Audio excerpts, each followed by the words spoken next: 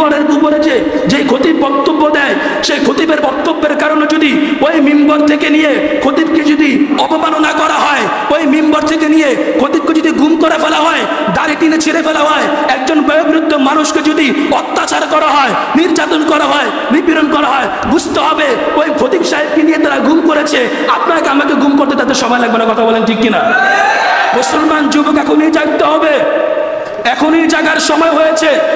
আর কত তোমরা ঘুমিয়ে থাকবা? এখনই জাগার সময় হয়েছে, এখনই জেগে উঠো। আমার মধ্যে এক খতিব সাহেব জুমার বয়ানে বৈশা ওই হিন্দু সংগঠনের বিরুদ্ধে বক্তব্য দেওয়ার কারণে ওই হিন্দু সংগঠনের পক্ষ থেকে ওই খতিব সাহেবকে উঠিয়ে নেওয়া হয়েছে। এরপরে উঠিয়ে নিয়ে খতিব সাহেবকে গুম করে ফেলা হয়েছে। গতকালকে ওই খতিব সাহেবকে পাওয়া গিয়েছে। গুম করে নেওয়ার পরে ওই খতিব সাহেবের উপর অত্যাচার করা হয়েছে, নির্যাতন করা হয়েছে, নিপীড়ন করা হয়েছে, দাড়ি ছিঁড়ে ফেলা হয়েছে। আমি স্পষ্ট ভাষায় বলতে চাই, হিন্দু তোমরা এই দেশের মধ্যে সংখ্যাগরিষ্ঠ মুসলমান নয়। অতএব 99% মুসলমানের বাংলাদেশের মধ্যে তুমি হিন্দু সম্প্রদায় বেশি বাড়াবাড়ি করলে মুসলমান যখন ধৈর্য হারা হয়ে যাবে তখন তোমাদের মূর্তি সহ তোমাদেরকে দেশ থেকে তাড়িয়ে দেবে। কথা বলেন ঠিক কিনা? যখন 5ই আগস্টের পরে এই মন্দিরগুলোকে মুসলমান সন্তানেরা পাহারা দিয়েছে, 5ই আগস্টের পরে হিন্দুদের সম্প্রদায়কে মুসলমান সম্প্রদায়েরা পাহারা দিয়েছে, দাড়ি টুপিওয়ালা মুসলমানরা পাহারা দিয়েছে। এটা যদি তোমরা সুযোগ মনে করো, স্পষ্ট ভাষায় বলতে চাই, যে হিন্দু মন্দিরকে মুসলমান সন্তানেরা রাতের বেলা পাহারা দিয়েছে, যে হিন্দু সম্প্রদায়কে মুসলমান সন্তানেরা রাতের বেলা পাহারা দিয়ে ভালোভাবে রেখেছে, সেই মুসলমানেরা যদি তোমাদের উপর খেপে যায়, যেমনি ভাবে তোমাদের মন্দিরকে মুসলমানরা পাহারা দিয়েছে, তেমনি ভাবে তোমাদের মন্দিরগুলোকে মুসলমানরা উপড়ে ফেলবে। কথা বলেন ঠিক কিনা? স্পষ্ট ভাষায় বলতে চাই, বর্তমান সরকারকে স্পষ্ট জানিয়ে দিতে চাই, এই সংগঠন একটা উগ্রবাদী সংগঠন। সেই সংগঠন সৌদি আরবের মধ্যে নিষিদ্ধ, মালয়েশিয়ার মধ্যে নিষিদ্ধ, সংগঠন সৌদি আরব নিষিদ্ধ, আফগানিস্তান নিষিদ্ধ, চীনের মধ্যে নিষিদ্ধ, বড় বড় কান্ট্রিগুলোতে সংগঠন নিষিদ্ধ। এই উগ্রবাদী সংগঠনকে বাংলাদেশের মধ্যে নিষিদ্ধ করতে হবে। কথা বলেন ঠিক কিনা? স্পষ্ট বলতে চাই, তোমাদের যে উপায় দেখছি, বাংলাদেশের মধ্যে আমরা মুসলমানদের সংখ্যাগরিষ্ঠ, তোমরা সংখ্যালঘু, কিন্তু তোমাদের কারণে এখন মনে হচ্ছে আমরা সংখ্যালঘু, তোমরা সংখ্যাগরিষ্ঠ। কথা বলেন ঠিক কিনা? মুসলমানদের উপর অত্যাচার করা হচ্ছে। বর্তমান প্রশাসন সেই মুসলমানদের উপর অত্যাচার করলে হিন্দুদের বিরুদ্ধে কোনো অ্যাকশন নেয় না, হিন্দুদের কি বিরুদ্ধে কোনো অ্যাকশন নেয় না, হিন্দুদেরকে বাঁচানোর চেষ্টা করে। হিন্দু যুবক যখন কোনো মুসলমান নারীকে জিনার মধ্যে লিপ্ত করে, মুসলমান নারীকে ধর্ষণ করে, তখন বাংলাদেশের মানুষ, তখন বাংলাদেশের পুলিশ, বাংলাদেশের প্রশাসন কোনো ধরনের পদক্ষেপ নেয় না।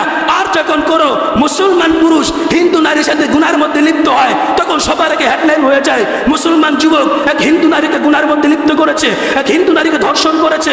কিন্তু যখন হিন্দু যুবক মুসলমান নারীকে ধর্ষণ করে, তখন আর কোনো বাংলাদেশের প্রশাসন সেটা পদক্ষেপ নেয় না। স্পষ্ট ভাষায় বলতে চাই, যতক্ষণ পর্যন্ত মুসলমানের ধৈর্য থাকবে, মুসলমানের ধৈর্য থাকা পর্যন্ত মুসলমান চুপ থাকবে। যদি ধৈর্যের ভাব ভেঙে যায়, স্পষ্ট বলতে চাই, বাংলাদেশের প্রশাসনকে জানিয়ে দিতে চাই, এই হিন্দু সংগঠনগুলোকে স্পষ্ট না করে দিতে হবে।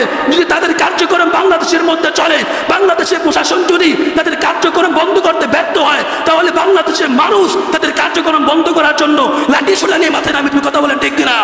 নারে তাকবীর, নারে তাকবীর। ইসলামের শত্রুরা, মুসলমানের শত্রুরা, স্পষ্ট ভাষায় বলতে চাই, মুসলমানদেরকে রাগাবেন না, মুসলমানদেরকে রাগাবেন না। আজ এই মিম্বরের উপরে যে খতিব বক্তব্য দেয়, সেই খতিবের বক্তব্যের কারণে যদি ওই মিম্বর থেকে নিয়ে খতিবকে যদি অপমাননা করা হয়, ওই মিম্বর থেকে নিয়ে খতিবকে যদি গুম করে ফেলা হয়, দাড়ি টেনে ছিঁড়ে ফেলা হয়, একজন বয়োবৃদ্ধ মানুষকে যদি অত্যাচার করা হয়, নির্যাতন করা হয়, নিপীড়ন করা হয়, বুঝতে হবে ওই খতিব সাহেবকে নিয়ে তারা গুম করেছে। আপনাকে আমাকে গুম করতে তাদের সময় লাগবে না। কথা বলেন ঠিক কিনা?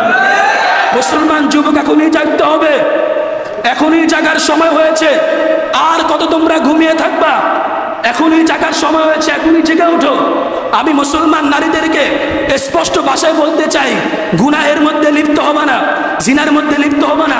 হিন্দু সম্প্রদায়ের এখন তাদের সাম্প্রদায়িক পক্ষ থেকে, তাদের সংগঠনের পক্ষ থেকে তাদের এখন বিভিন্ন ধরনের প্রলোভন দেখিয়ে মুসলিম নারীদেরকে বিভিন্নভাবে নির্যাতন করছে, মুসলিম নারীদেরকে বিভিন্নভাবে অত্যাচার করছে। এজন্য আপনারা যারা মা বাবা রয়েছে, সন্তান রয়েছে, মেয়ে রয়েছে, যারা বিশেষ করে কলেজ ভার্সিটিতে পড়ে বা একা যাদেরকে আপনি ছেড়ে দেন, তাদের মধ্যে খেয়াল রাখবেন। আপনি আপনার সন্তানকে পড়ালেখার জন্য পাঠাইছেন, সে কি পড়ালেখা করতেছে না অন্য কিছু করতেছে, আপনার দেখার দরকার আছে না নাই?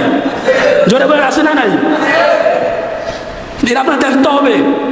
আপনি আপনার সন্তানকে উচ্চ শিক্ষিত করলেন, কিন্তু সন্তান মানুষের মতো মানুষ হইল না, সেই সন্তানকে উচ্চ শিক্ষিত করে কোনো লাভ আছে?